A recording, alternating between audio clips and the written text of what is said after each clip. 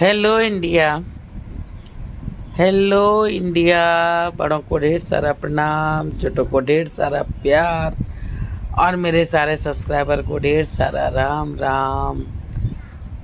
Welcome back to my YouTube channel Simi की diary official में आप लोग का ढेर सारा स्वागत है। गणपति बप्पा मोरया। दोस्तों, प्यारी भूतनी का 9वां भाग मैं आप लोगों के समक्ष रखने जा रही हूँ। मैंने आप लोगों से वादा किया था कि प्यारी भूतनी जो हिंदी नॉवेल यानी हिंदी उपन्यास जो मैं आप लोगों के समक्ष रखी हूँ, इसका एक पार्ट रोज़ रखूँगी, लेकिन कुछ पारिवारिक दुर्घटना के कारण मैं पूरे 3 सप्ताह के बाद आप लोगों के समक्ष आ रही हूँ। हमारी सासू माँ की डेथ हो गई थी, जिसकी वजह से मैं आप लोगों के समक्ष नहीं आ पाई। तो इसलिए इतने दिनों के बाद जो है सो मैं आप लोगों के समक्ष आ रही हूँ। हमारी तबीयत भी कुछ ख़राब है, मेरी आवाज़ भी क्लियर नहीं आ रही है, लेकिन बहुत दिनों से मैंने वीडियो नहीं डाला था, तो इसलिए आज वीडियो डालना ज़रूरी है। तो आप लोगों के समक्ष प्यारी भूतनी का 9वां भाग जो है सो मैं रखने जा रही हूँ। तो देखिए कैसा लगता है, देरी के लिए माफ़ी चाहती हूँ। तो चलिए मैं स्टार्ट करती हूँ। अभी तक आप लोगों ने देखा कि झुमरू जो है सो डॉली को अपने अतीत के बारे में सारी बातें बता देता है, और डॉली सोच ही रही है कि पता नहीं इसके भाई पे क्या गुजर रही होगी, पता नहीं वो जिंदा भी है या नहीं। झुमरू जो है सो डॉली से बातचीत करके अपनी कोठली पे वापस आ जाता है, और डॉली फिर वहीं बेंच पे पार्क में सो जाती है। तो चलिए अब आगे आप लोगों के समक्ष रखने जा रही हूँ प्यारी भूतनी का 9वां भाग। मेरी तबीयत ठीक नहीं है, आवाज़ ठीक से नहीं आ रही है, तो इसके लिए मैं आप लोगों से क्षमा चाहती हूँ। तो चलिए देखिए कैसा लगता है प्यारी भूतनी का 9वां भाग मैं आप लोगों के समक्ष रखने जा रही हूँ। झुमरू डॉली को अपने अतीत के बारे में सब कुछ बता करके काफ़ी हल्का महसूस कर रहा था। वो ना चाहते हुए भी अपनी कोठरी में अपने कमरे में आ गया था। आज डॉली को दिल में दबी सारी बातें बताकर वो बहुत ही हल्का महसूस कर रहा था, मानो दिल का कोई बोझ कम हो गया हो। मैंने भैया को अकेला छोड़कर अच्छा नहीं किया, पता नहीं उन पर क्या गुजर रही होगी। झुमरू की आंखें डबडबा गईं। उसे याद आया मोबाइल तो गांव में जल्दी पकड़ता नहीं था, लेकिन बुधना काका के पान के दुकान के साथ साथ उसमें स्टडी भी था। सब वहीं तो फ़ोन करते थे। मेरे पास भी तो एक मोबाइल था, पर उसे तो घर से आते समय ही मैं पता नहीं रास्ता में कहाँ खो दिया। वैसे भी वो डिब्बा ही था, लगता कहाँ था, पर जो भी था आज रहता तो काम आता। सबका नंबर जो था उसमें बुधना काका का नंबर तो हम सबको याद था। क्या क्या था ये सोचकर झुमरू जो है सो नंबर याद करने लगता है। हाँ, याद आया, 99555477 और क्या था 321। हाँ, शायद यही था। लगा कर देखते हैं।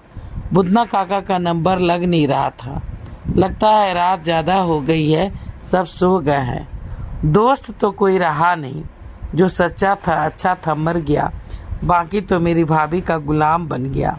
अब क्या करूं, किससे बात करूं, भैया कैसे हैं? अच्छा, एक बार और ट्राई करता हूं। तभी झुमरू का फ़ोन जो है सो लग जाता है। रिंग हो रही है, कोई उठाए तो सही। हेलो, कौन है भाई? अभी इतना नींद में, अभी इतना रात में नींद से जगा दिया, क्या बात है? काका, मैं झुमरू बोल रहा हूँ, कलकत्ते से। झुमरू ने झूठ बोला, क्योंकि वो किसी तरह का रिस्क नहीं लेना चाहता था। कौन झुमरू? आप उत्तर प्रदेश के भगवान गांव के बुधना काका ही तो बोल रहे हैं ना? अरे हाँ, तू अपना झुमरू बोल रहा है? हाँ बेटा बोल। एक तो बुढ़ा हो गया हूँ, ऊपर से नींद में था, तेरी आवाज़ नहीं पहचानी। भैया की चिंता लगी रहती है काका, भैया की खबर जानने के लिए फ़ोन किया था। तुमने तो बहुत देर कर दी, 2 महीने होने को है। झुमरू और बुधना काका में बातचीत हो रही है। काका पूछता है कैसे हो? झुमरू बोल रहा है भैया की चिंता लगी रहती है काका, भैया की खबर जानने को फ़ोन किया था। तो उधर से बुधना काका बोलते हैं, तुमने तो बहुत देर कर दी, 2 महीने होने को है तुम्हें गए, अब याद आई भैया की। हाँ काका, मैं खुद ही बहुत तकलीफ में था। रहने को घर नहीं, काम नहीं, परदेश में कोई अपना नहीं, आप तो समझ सकते हैं। हाँ बेटा, तेरा बाप मेरा दोस्त था, कितना हंसता खेलता परिवार था तुम्हारा, पर सब छिन्न भिन्न हो गया। तेरे जाने के 2 दिन के बाद ही तेरे भाई ने छत से कूद कर जान दे दी थी। अब ये सच है या झूठ पता नहीं, वो खुद कूदा था या उस उल्टा ने धक्का दे दिया था। पुलिस भी आई थी पर कुछ नहीं कर पाई, क्या करती, चरित्रहीन के पास तेरा चरित्र करने को बहुत कुछ होता है। क्या भैया मर गए? झुमरू रो पड़ा। हाँ बेटा, मत रो, अच्छा हुआ वो भी चला गया और तुम भी चला गया, भगवान उसकी आत्मा को शांति दे, तू वापस कभी मत आना। भैया का काम क्रिया वो तुम्हारे दोनों जीजे और बहनों ने मिलकर बहुत ही अच्छे से कर दिया। वो सभी गया जा कर के माँ बाप और भैया तीनों का पिंड दान भी कर आए हैं। अब कोई डर नहीं है, भगवान उन लोगों को मुक्ति दे। घर का माहौल कैसा है काका? तुम्हारा घर अब रंडी खाना बन गया है। जो बातें छुप छुप कर होती थी अब खुलेआम होने लगी है। 2-4 लड़कियां और आ गई है, नाच गाना भी शुरू हो गया है। मत पूछो बेटा, दिल रोता है। तेरे सारे अबारे दोस्त दिन रात तेरे घर पे ही पड़े रहते। बुधना काका झुमरू को उसके घर की बातें बता रहे हैं कि तुम्हारे सारे अबारे दोस्त दिन रात तेरे घर पे ही पड़े रहते हैं। कोई उस उल्टा का पैर दबाता है तो कोई खाना बनाता है, कोई भाजी तरकारी लाता है। बस काका बस, अब और नहीं सुना जाता। आप किसी को नहीं बताना कि मैंने फ़ोन किया था। हाँ बेटा, मैं जानता हूँ, तू बस अपनी फिक्र कर, तू शादी ब्याह कर लेगा, तेरे बच्चे हो जाएंगे तो तेरे माँ बाप और भाई के आत्मा को शांति मिलेगी, वंश आगे बढ़ेगा। अपना ध्यान रखना। जी काका प्रणाम, खुश रहो। झुमरू बहुत देर तक रोता रहा। मन तो हो रहा था कि गांव जाकर के उस औरत को भी जान से मार दे, पर उसका नतीजा क्या निकलेगा? पूरी जिंदगी जेल में ही कटेगी। फिर कौन उससे शादी ब्याह करेगा? बाप का नाम आगे कैसे बढ़ेगा? क्या करे क्या ना करे। झुमरू खून का घूंट पीकर रह गया था।